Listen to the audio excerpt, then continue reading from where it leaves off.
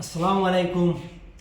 আমি প্রথমে আমরা দর্শক যারা আছেন প্রত্যেকরে আমি জানাই রমজান মাসের মুবারকবাদ।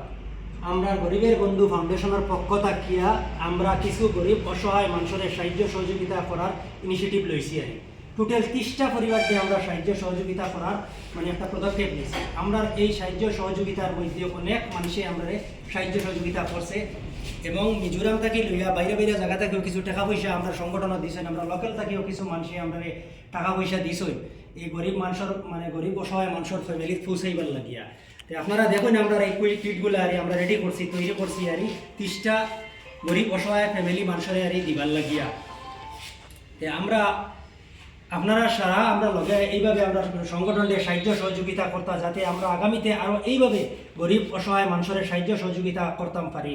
আগামীতে ঈদের দিনও আছে, ঈদের দিনও আমরা কিছু এইভাবে গরিব অসহায় মানুষের সাহায্য সহযোগিতা করব।